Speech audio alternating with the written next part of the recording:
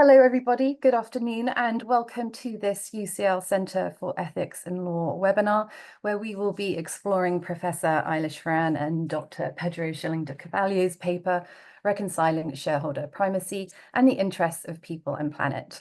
I'm Anna Donovan. I'm the Director of the UCL Centre for Ethics and Law and an Associate Professor of Corporate Law here at UCL. Now, it goes without saying that our speakers today need no introduction, but by way of a brief introduction to our panel, I'm honoured to be joined by Professor Eilís Ferran, Professor of Company and Securities Law at the University of Cambridge, a Fellow of the European Corporate Governance Institute, and an Emeritus Fellow of St Catherine's College, Cambridge. Dr. Pedro Schilling de Carvalho is a lecturer in financial and environmental law here at UCL Faculty of Laws, and Pedro also works as a consultant on operations and advisory projects at the Legal Vice Presidency of the World Bank Group. Professor Eva Micheler is a Professor of Law at the London School of Economics, a member of the Management Committee of the Systemic Risk Centre at LSE, and the author of the recent OUP monograph, Company Law, A Real Entity Theory. In terms of format today, Eilís and Pedro will speak for about 25 minutes, following which Eva will offer her comments for 15 minutes or so. There will be the opportunity for questions at the end of the presentations today, so please do submit your questions throughout the presentations using the Q&A function. I will then be able to collate the questions and put as many as possible to the panel at the end of their presentations. Please note that today's event will be recorded and the video will be available shortly on our website. So without further ado, I'm delighted to hand over to Eilís and to Pedro. Very many thanks. And hopefully slides should be up. Thank you, Anna, and thank you, Pedro. I will look to you to move the slides. So it's great to be here, and thank you for inviting us to present our work, and thank you to everybody online. So where we want to begin is by acknowledging that corporate actions and the interests of society and the planet often seem misaligned. Some argue for the radical redesign of company law to address this urgent problem. And we have a lot of sympathy for this view, but we do not consider it a practical option. Our alternative approach is to look for and to build on ways in which the general company law duties of directors and the sustainability related regulatory agenda can together foster progress. We start with a brief reminder of reasons why some might have given up on the hope of company law as a force for good. It is true that shareholder primacy implies freedom for companies that are controlled by climate skeptic profit maximizers to pursue business strategies that may be damaging to people and planet. We acknowledge that, but we also note that they must act within the law. The conventional view is that directors' duties do not meaningfully constrain behaviour that is damaging to society. And the failure of prominent litigation, such as the Client Earth case, certainly seems to support that conclusion. The decision of the Supreme Court in Sequana is famous, not usually cited in this context, because its fame comes from what it has to say about the duty of directors with respect to creditors. But when you read the judgments, you can't help but notice a contrast between the relatively strong duty of proper regard for creditors' interests compared to the really rather weak duty of mere regard for shareholder interests in the famous Section 172, subsection 1 of the Companies Act 2006. Indeed, when you read those opinions in Sequana, it's almost as if enlightened shareholder value never happened. With the honourable exception of Lady Arden, the other justices mostly discuss the issues in terms of a conflict between shareholders and creditors. Other constituencies hardly get a look in. So you could summarise it as saying, shareholder primacy rules until a company is insolvent or nearly so. Next slide. So we can see why groups across society seeking a greener clearer, cleaner, fairer form of capitalism have been campaigning for years to change Section 1721. And we can see why in recent times, ideas for reform of company law have gone hand in hand with debates about corporate purpose.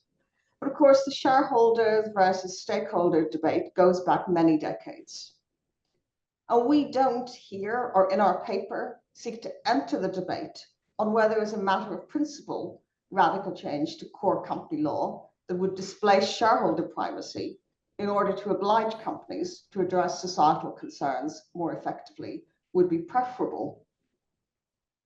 Our point is a more practical one related to the vicissitudes of political and legislative processes and the need for practical progress in view of the urgency of sustainability-related concerns. To be effective, a stakeholder shift would have to go very far beyond Section 172, subsection 1. It would require deep structural change to company law. The opinions in Sequana read as a stark reminder of just how tightly shareholder primacy is woven into the fabric of company law in the UK, and therefore the immensity of the challenge involved in advocating for its reform. Frankly, they would be formidable. And not to be overlooked is that when the government last set aside proper time for holistic review of company law, that is in the extended period that led up to the Companies Act 2006, radical reform options for directors' duties were canvassed, but in the end, a largely conservative approach prevailed. Incumbent corporate governance regimes are hard to displace. There's literature on that relating to the US. It also applies to the UK. We just can't imagine that a government that is so firmly committed to a growth and competitiveness agenda would be willing to open a Pandora's box of uncertainty by embarking on fundamental reform of company law. So we're unconvinced that that's a sensible way to get the impactful, targeted change at the pace that is required. On the positive side, what's good about the current company law framework is that it is broadly facilitative of pro-sustainability structures where they command shareholder support. But for those who need a bit more convincing, we argue that regulation usefully comes into the picture. At this point, I will give the floor to Pedro.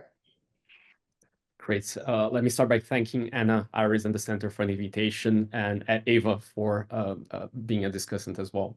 So exactly because of how hard it is to replace shareholder primacy, we're looking at the potential role of regulation to influence corporate behavior. And even if regulation is a second best option, we believe it's bringing important complementarities to corporate law and corporate decision making.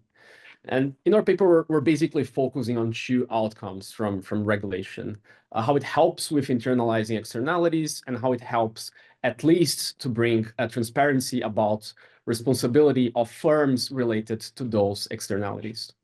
When it comes to internalization, regulation can often help to bring externalities into pricing, into corporate decision-making, and with transparency, regulation can help firms' insiders and sometimes even outsiders to better understand a firm's responsibility for those externalities.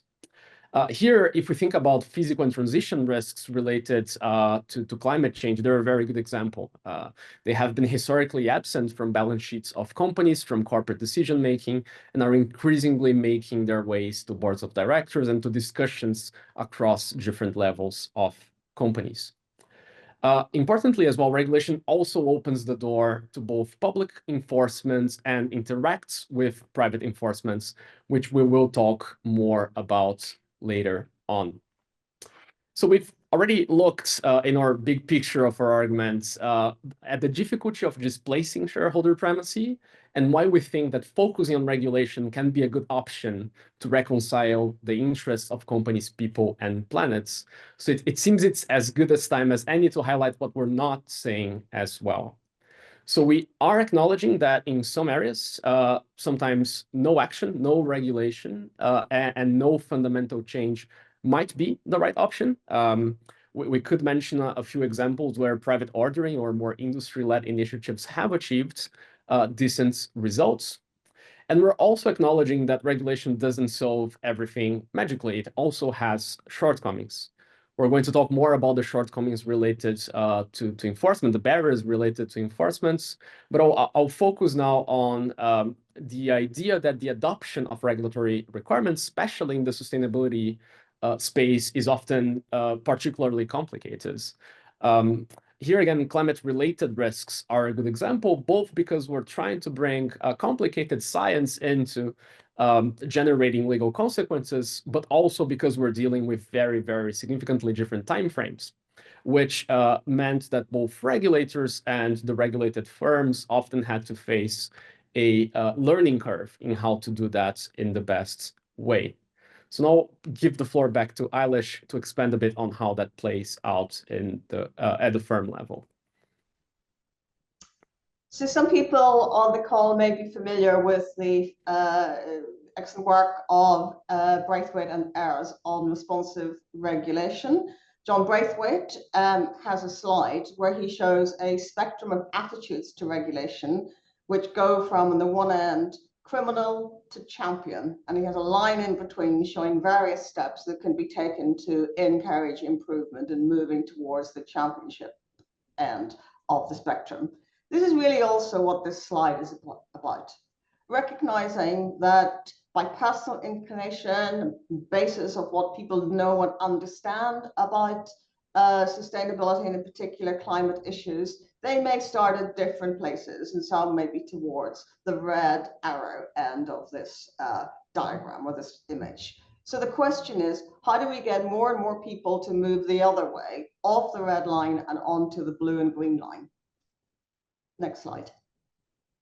We argue that there are multiple factors in play, one of which being regulation, and which can also help to shape other factors as well. There are business case reasons to engage with this agenda, and those business case reasons still there, notwithstanding some of the current political climate. Included amongst the business case reasons are the war for talent pressures, employers wanting to be perceived to be committed to the sustainability agenda to align with the values of their younger employees. Corporate cultures do shift over time as society evolves. There are personal incentives for directors as well, including their aspirations to be in demand as a board director. And all of this can be shaped by regulation. Regulation can be a friend to business, for example, where it standardizes and stabilizes compliance expectations and makes them easier to manage. Elaborating further on this in the next slide.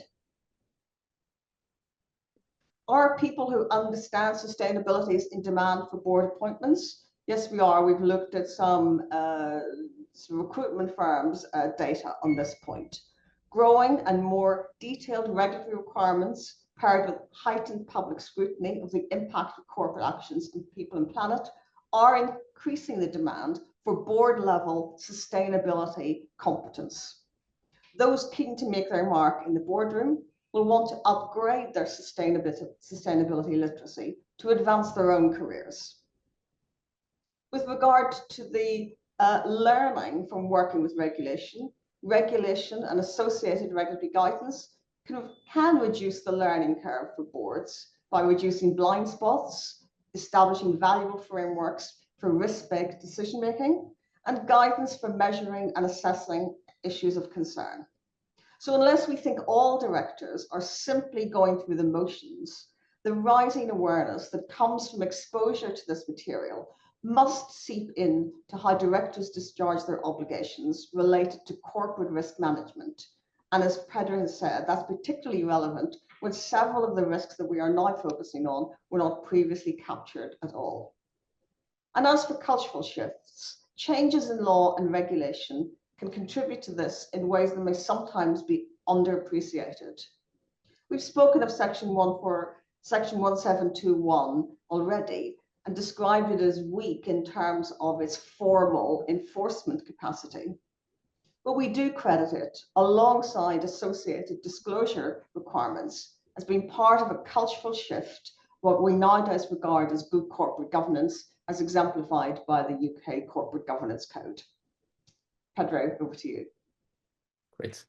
So we've been talking about sustainability regulation in the abstract. So what kind of regulation are we thinking about? And in recent years, we saw a range of different frameworks appear in the sustainability space, of which we singled out 3 examples to illustrate how they connect to our broader points.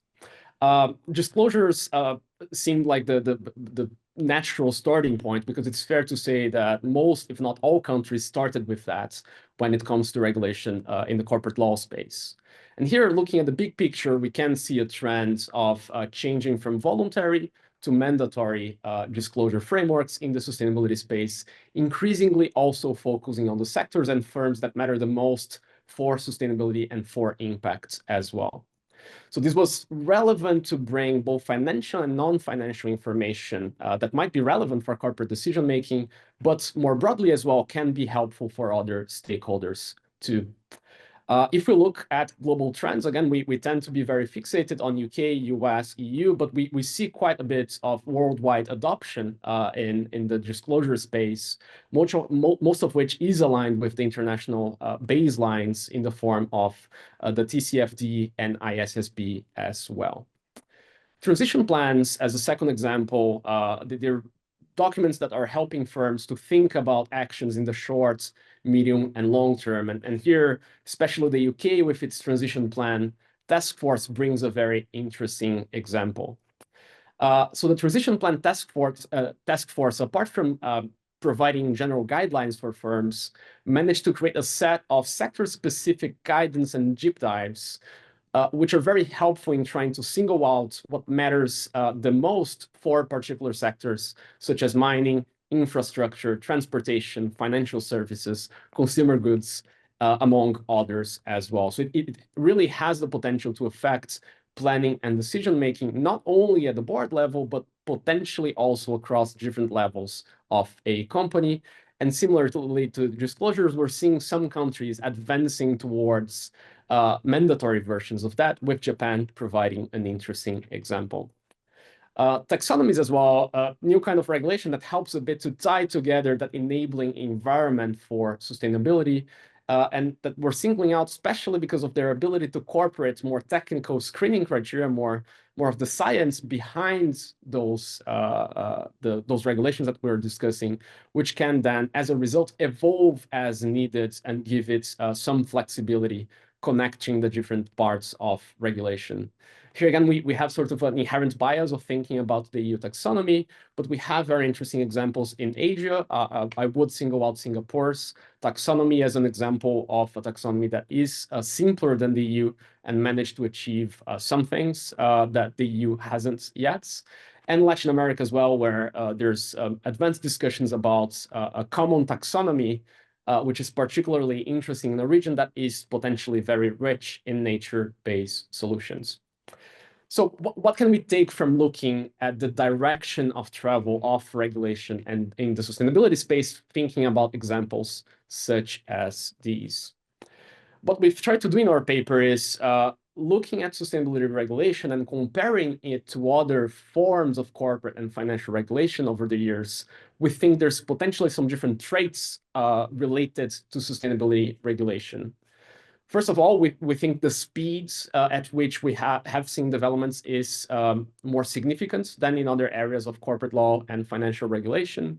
We're singling out how the granularity changed from the TCFD to the ISSB, but again, the advances in disclosure regulation are a good example of what we're trying to say here.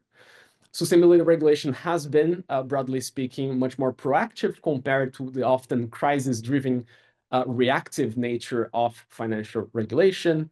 And as the transition plans discussions illustrates, it has been much more iterative and has been increasingly focused on key sectors, key contributors to the sustainability problems that we're discussing, and is, as a result, gaining granularity across different countries as well. Here we would, again, single out that we're seeing increasing discussions in the prudential regulation space, which are potentially then able to not only change the behavior of the corporates immediately impacted by that regulation, so banks most usually, but also potentially has knock-on effects on pricing, on incentives of other corporates affected by those banks as well. So what comes with sustainability regulation that has more granularity, is more responsive, and so on? Especially thinking about the board here, we see it as a potentially double-edged sword. On the one hand, we think that regulation can drive boards to increase their literacy, as Eilís has already mentioned, in relation to those issues. And here we think one of the key factors is that incorporation into already existing risk-based decision-making processes is extra relevant because it's already working within the current framework of corporate law and within the current framework of incentives. We also think that some initiatives can potentially bring those changes across multiple levels of the firm, as I illustrated on the example about transition plans. Eva's most recent paper rightly says that we often are too fixated on discussing boards, but we see regulation as a driver for increased literacy and action across multiple levels of the firm. And ultimately, what we're trying to say is that we need to lessen the gaps between science and at times very complicated science and legal consequences. This means there's also an angle about accountability to boards of directors. So considering that directors' duties are dynamic, regulation can, in our view, ultimately shape expectations related to directors and what good governance looks like, and ultimately narrow down the range of reasonable decisions that directors can take during their decision-making processes. With regulation as well, there's more potential for both public and private enforcements, with which Eilís will discuss in the following slides. Thank you, Pedro. So we want to circle back to enforcement. We said earlier that there is a great deal of literature that we acknowledge in our paper about the difficulty of enforcement in this area. But we do think that under this weight of regulation that Pedro has outlined, that the expectations around what directors need to do to discharge their duties under Section 172, 174, the Companies Act 2006, so their duty to promote the success of the company for the benefit of its members, their duty to act with the skill, care, and diligence that we reasonably expected of someone in their position is changing. So that evolution of regulation and regulatory guidance is simultaneously reducing the learning curve, but at the same time, it is reducing the learning curve for directors, but at the same time, it's also lessening the learning curve for analyzing whether a given board of directors is indeed pursuing credible policies for achieving good sustainability outcomes, and indeed whether its decisions fall inside or outside a range of decisions reasonably available to the directors at the time, especially in view of new and emerging types of risk. And we want to highlight here in particular the resurgence of interest that there has been recently, both in the US and in the UK, around the growing risk of oversight failure liability, which in the UK, unlike in the US, would be judged at a negligence standard. There is a lot of discussion in the US about this potentially expanding the liability of directors, but in some respects, the arguments for it having that effect would be stronger in the UK, given that it would be judged on the basis of existing authorities, on the basis of a negligence standards, and notwithstanding the reluctance of the courts to interfere in matters of commercial judgment that require the balancing of activities. If there are, by reference to the growing weight of regulation, areas of failures, for example, in risk management and internal controls, then clearly those obligations are ones that sit at the board level and that would not be regarded as capable of being entirely delegated to others. Next slide. So in terms then of the gaps in enforcement, and just to give some arguments as to why we see reasons for thinking that those gaps may be closing, at least to some extent. Of course, there are public mechanisms of enforcement in environmental or other sector-specific laws. And of course, corporate non-compliance with a regulatory requirement does not translate automatically into a breach of directors' duties. But the risk of knock-on effects within company law are growing. Public enforcement can reveal bad and potentially actionable governance practices. For example, a lot of coverage in recent weeks of the difficulties within Thames Water Group, including indications of a conflict of interest problem, given the chairman, the group's role in being both chair of the holding company and of the operating subsidiary as well. Similarly, in the corporate disclosure sphere, those disclosure obligations that Pedro has touched upon come with sanctions attached to them. And in some cases, those sanctions can be attached to directors as well as to companies. There are moves afoot to strengthen the public mechanisms of enforcement in respect of corporate disclosures. When the new audit, reporting and governance authority is up and running, we may see more robust enforcement. Again, failures in corporate disclosure obligations don't translate into a breach of directors' duties.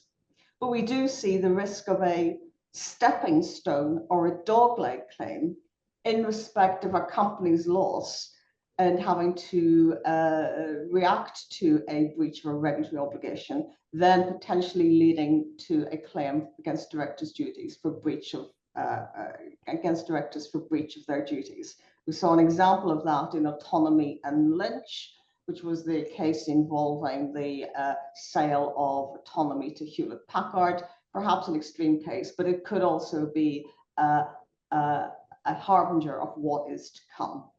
So we do see that the world of enforcement is changing and that the possibility of a derivative action is becoming more realistic, or even perhaps the possibility of an unfair prejudice claim in this area, given recent clarification from the Court of Appeal as to the extent to which an unfair prejudice claim can be used in respect of compensating for a company's loss. So on that, I hand back to Pedro. Right, so it would be hard to finish our presentation, I think, without mentioning some of what has been happening recently.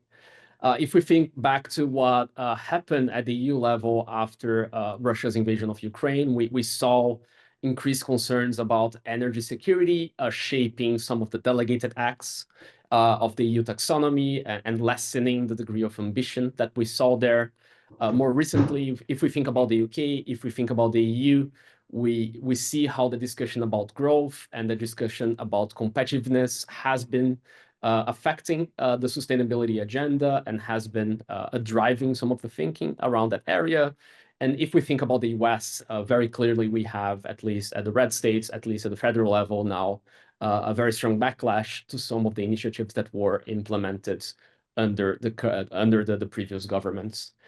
So we acknowledge that the current political economy will change the speed of some of the developments we are discussing, but we don't see it affecting our core thesis in this paper. First, and that's what the image is trying to show, but the winding path towards the transition, the winding path towards sustainability was to be expected. We know we're dealing with areas that have very big distributional consequences, and you are going to have swings of the regulatory pendulum as we get there.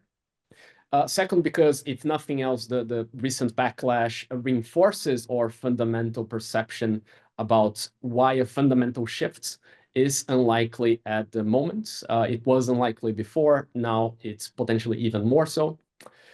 Third, because as we have highlighted, regulation in this area has been more iterative, it has been more responsive.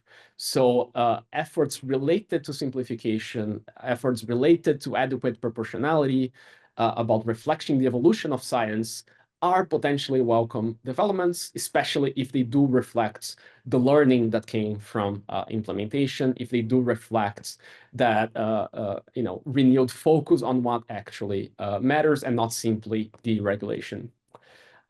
Finally, we are increasingly and sadly living with the consequences of our failures to reconcile the interests of corporations, people, and planet, as the California wildfires have reminded us of.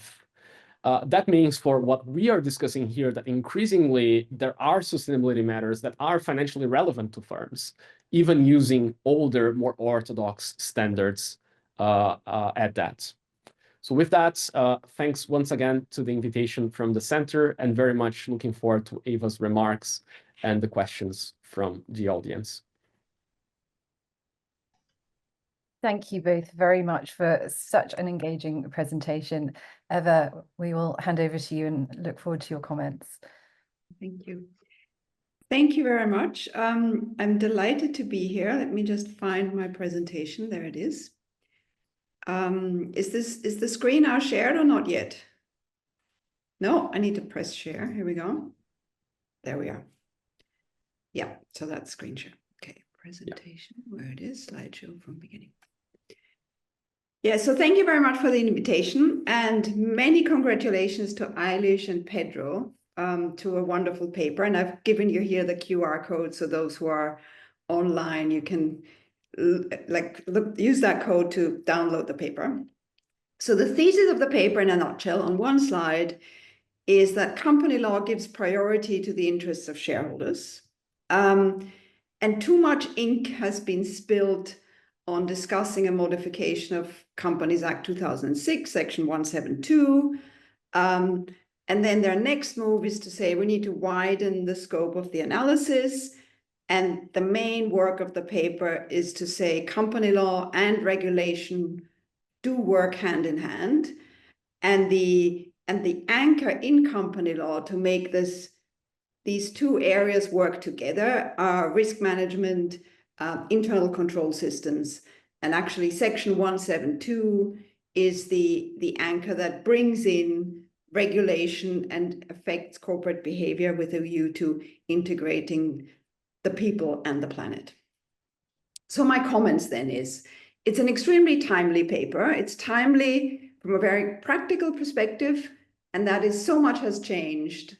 And when we teach this, these recent developments are in the paper and are foreshadowed in the paper, so that's very useful.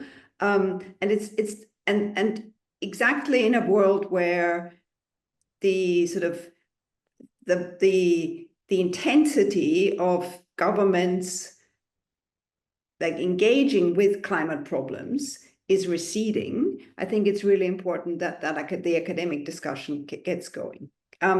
What I love about the paper is it talks about a pro-shareholder orientation, and is therefore very true to what 172 says, and it doesn't talk about profit maximization. So I think that's wonderful. That is an important starting point. I also agree completely that the debate on 172 is unproductive. And that is because there's various ways in articulating this. There is a section in the paper on it. It's a subjective standard. So discussing 172 from a legal perspective is a bit like a storm in a teacup, because it's not a very onerous standard. Even if we legally extended it, not much would happen, because all that would have to happen is that directors honestly believe that they act in the best interest of the company. The paper then says that 172 perhaps does something very different.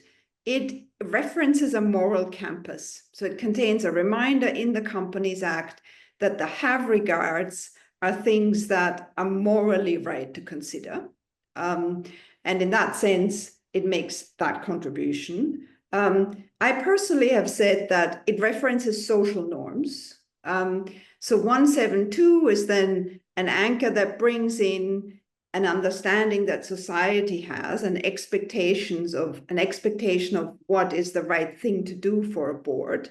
And that, like the moral campus, has two effects. One effect being there is an anchor there in the act, but also an encouragement to develop this, and it references back to norms that are outside of the law. So that, however, it is still, from a legal perspective, I agree, an unproductive debate.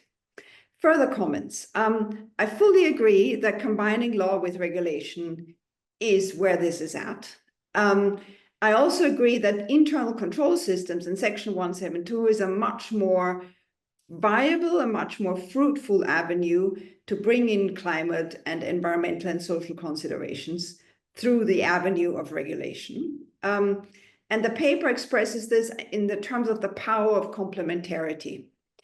And that echoes what David Gindis and I have been saying, that we need to think of company law as being embedded, as there being a meta-constitutional level where there's the Companies Act, but also other regulations. And that then feeds into how companies are constructed, how they behave, and how the law applies to them. And there's the QR code. And what we do then, and this is what the paper does very well, we change the question. So the question is no longer an abstract question of how can company law take into account stakeholder interests. It becomes a much more useful question, and that is, what can company law do to enhance compliance by companies for regulatory requirements? And I think that is a very important question, also a question that company law can solve much better than the very broad question of how can stakeholder interests be integrated. And then a very important other contribution from the paper is the observation that granular disclosure requirements have an effect on behavior.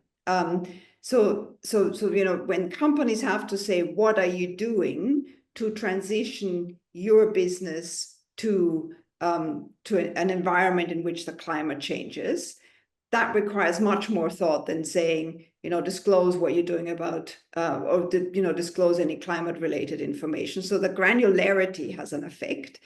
And the paper articulates this in two ways. It has an educational effect, but it also is a basis on which social control can operate. And that's very important. It also does something that in a previous, over 20 years ago, John Parkinson had a paper in the Journal of Corporate Law Studies, and he articulates a similar idea. He talks about disclosure, engaging self-reflection, and then what he calls civic regulation. And I've for years been looking for a paper that makes exactly that point in the current environment. And I'm going to, for my next teaching round, replace Parkinson's paper with yours, because it's a very much updated and very engaged paper that makes that point. So my questions then, inspiring others in the room to ask their own questions. So my first question is the point about disclosure. So you see a poor little guy there, he's buried in information. So my question is, what do you do about information overload? Because that information overload goes both ways. It goes both ways in terms of people who receive the information, but also people who need to give the information.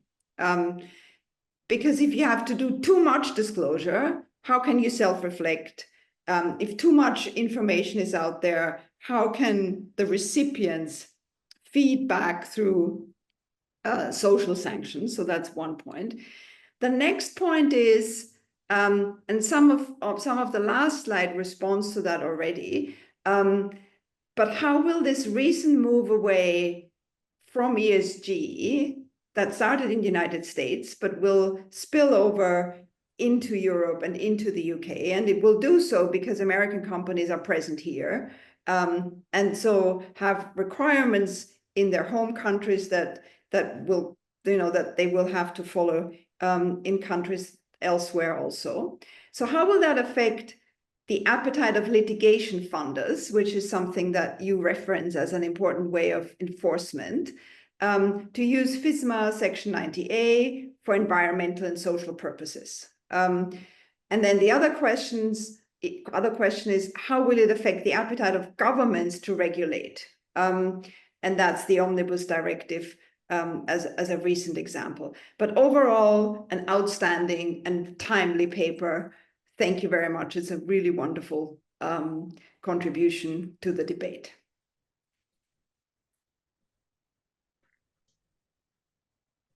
So maybe if I quickly respond to the first of those two, and then maybe hand to Pedro. So the disclosure overload point, but before I go to that, thank you everyone for such generous comments on our papers and coming from you. We really value your opinion very much, so thank you.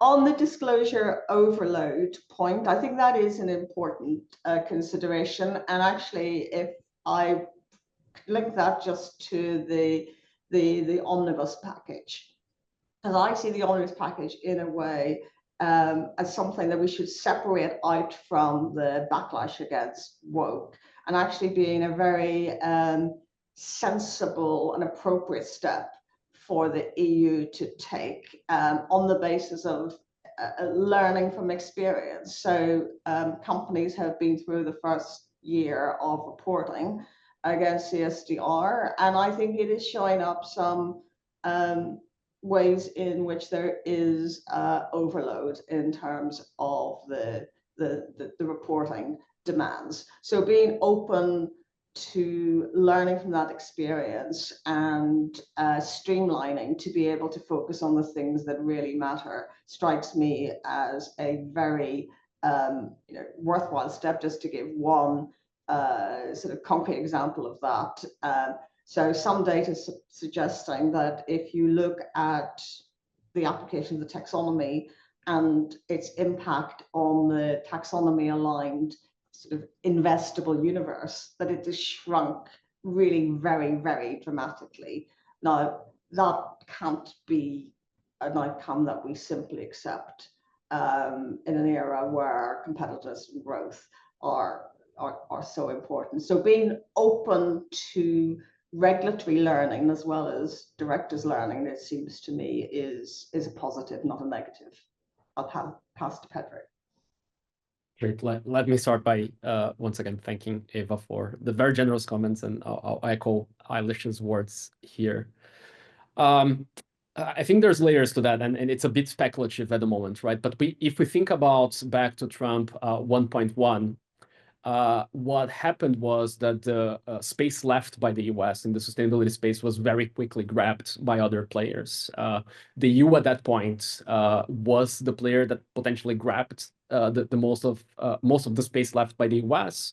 And one good example here is how EU regulators led the creation of the Network for Greening the Financial System, which evolved from a group of 10 regulators to basically all central banks and most securities regulators worldwide, and started to shape quite a bit of the discussions in that space. So once again, we're potentially going to have some space ripe for capture. Whether the EU is going to do that remains a matter to be seen. I will say with the omnibus, it probably bundles questions of simplification and answering to learnings about what matters to firms, to regulators, with potentially the regulatory drives, but that's natural. We're at the start of that process.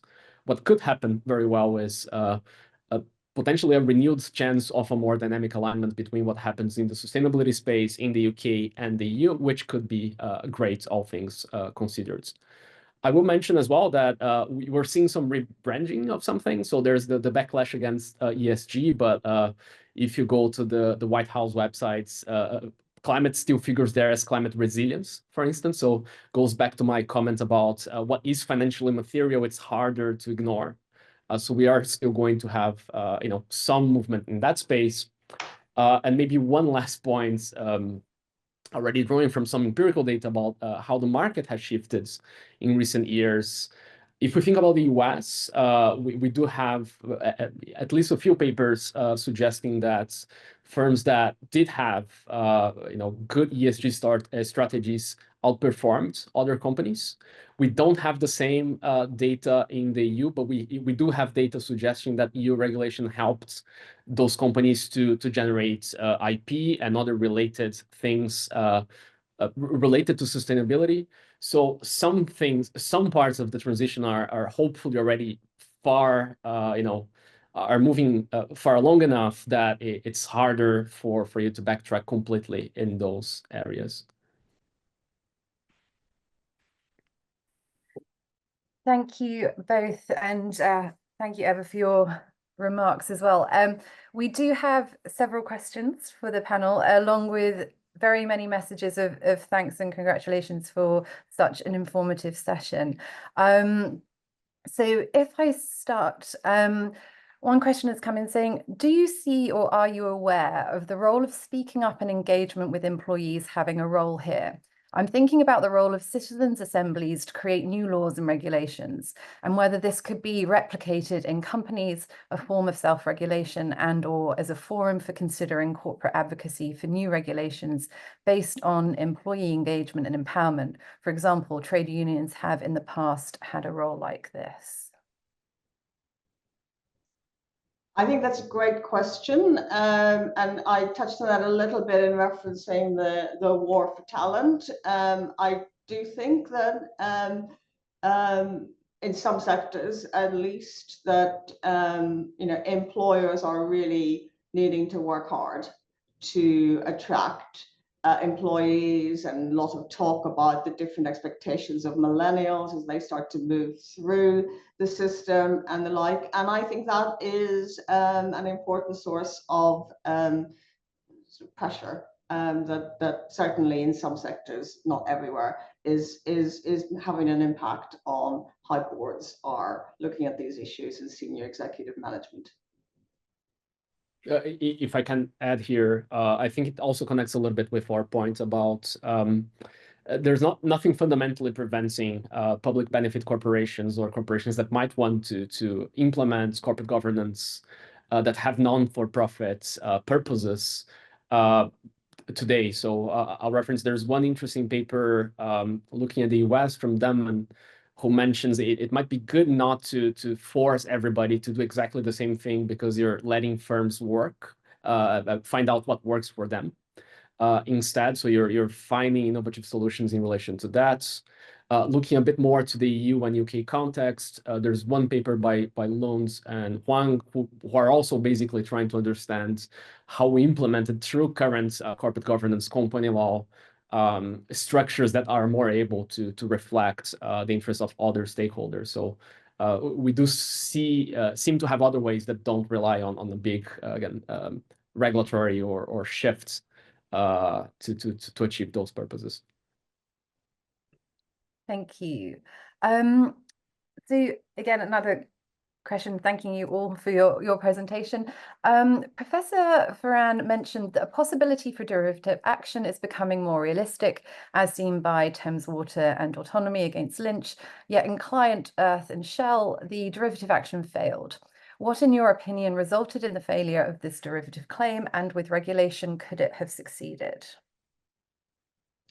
I'll have Pedro for more on this, but just to start, I think that there's been some quite significant criticism of the Client Earth case, and certainly that it was thrown out at such an early stage. And I think that we speak about it quite a bit in our paper, because we do argue that sort of the range of reasonable responses that a board can give must be affected by the rising standards of board literacy. So I think in terms of the Client Earth case specifically, I think there are good arguments for thinking that that case should have proceeded at least to a later stage of more substantive hearing. And I would point out, when you look at Sequana and the impact that it has had, I mean, that was a case where nobody was held liable, but the fact that there was that opportunity for a major test case to actually clarify the law in a particular area demonstrates what can be done if the right test case comes along.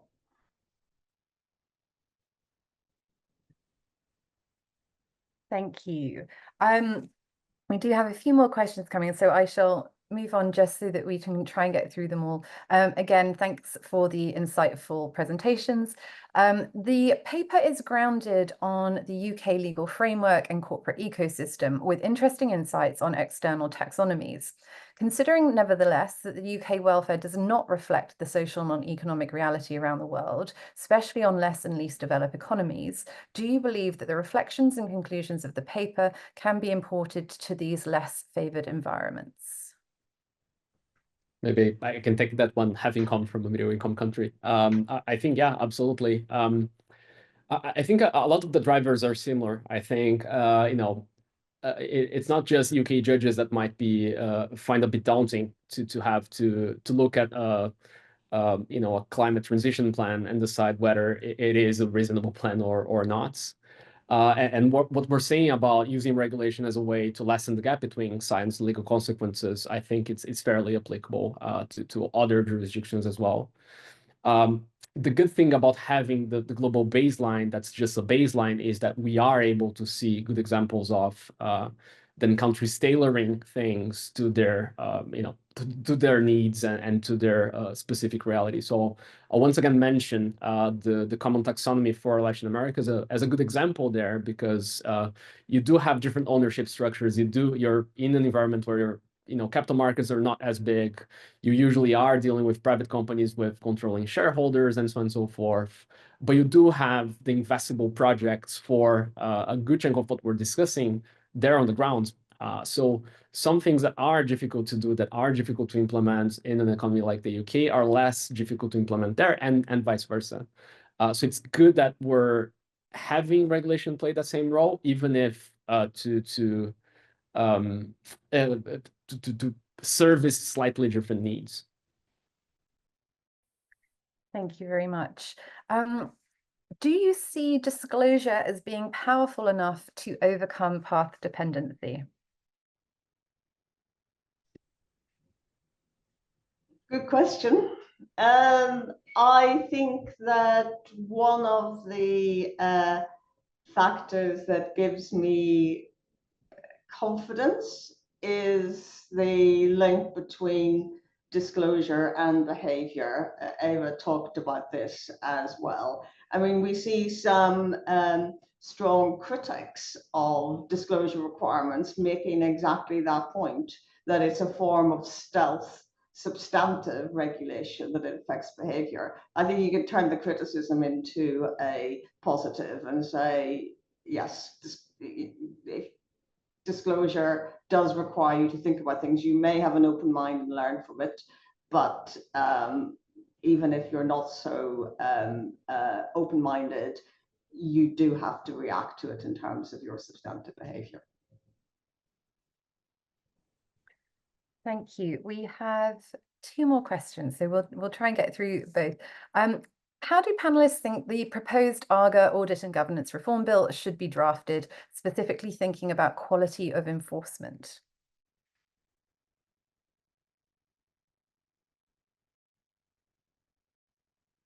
Do you want to go first, or?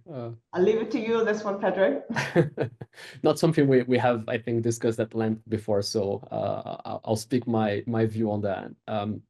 I think, thinking from the experience of other countries that do have public enforcement regimes that live alongside private enforcement regimes, apart from all constraints related to staffing, to cost, to how supervision and enforcement actually play out, which are sort of common to any sort of public enforcements, the big thing is how you establish the complementarities between public enforcement and private enforcement. And there's multiple levels of that, whether you're establishing any kind of sequencing, whether you're allowing evidence gathered by public authorities, for instance, to be used in private enforcement, and so on and so forth. We have interesting examples from other countries in the realm of capital markets regulation. We do have potentially good analogies as well with competition law, where you quite often do have public enforcement and private enforcement living alongside. So that would be on the top of my list for trying to think about how to implement that. Thank you. I will jump in because we will have time for the final question then. How do you think the regulatory requirements going online for digital product and material passports will impact transparency and disclosure cultures of corporations on climate and environmental issues? Well, I don't know the answer to that one, but I'm looking to Pedro. It's a great question. Yeah, to be honest, I'm not familiar with explicitly what you're referring to, so yeah, nothing to add to Eilís here. Well, on that note, we are actually at time as well. So what I will do is start to draw things to a close. Obviously, I wanted to say a huge thanks to all of our panelists. What I haven't read out is the numerous messages we've been receiving as well, saying it was such an insightful hour and such an engaging presentation and paper. And thanks to all of you for your time and expertise today. Huge thanks as well to our audience for your insightful questions and your time this afternoon. As I mentioned, the recording of today's event will be available online, so you will be able to access that on the Centre for Ethics and Law website within the next day or two probably. But on that note, thank you very much everybody and have a wonderful afternoon. Thank you.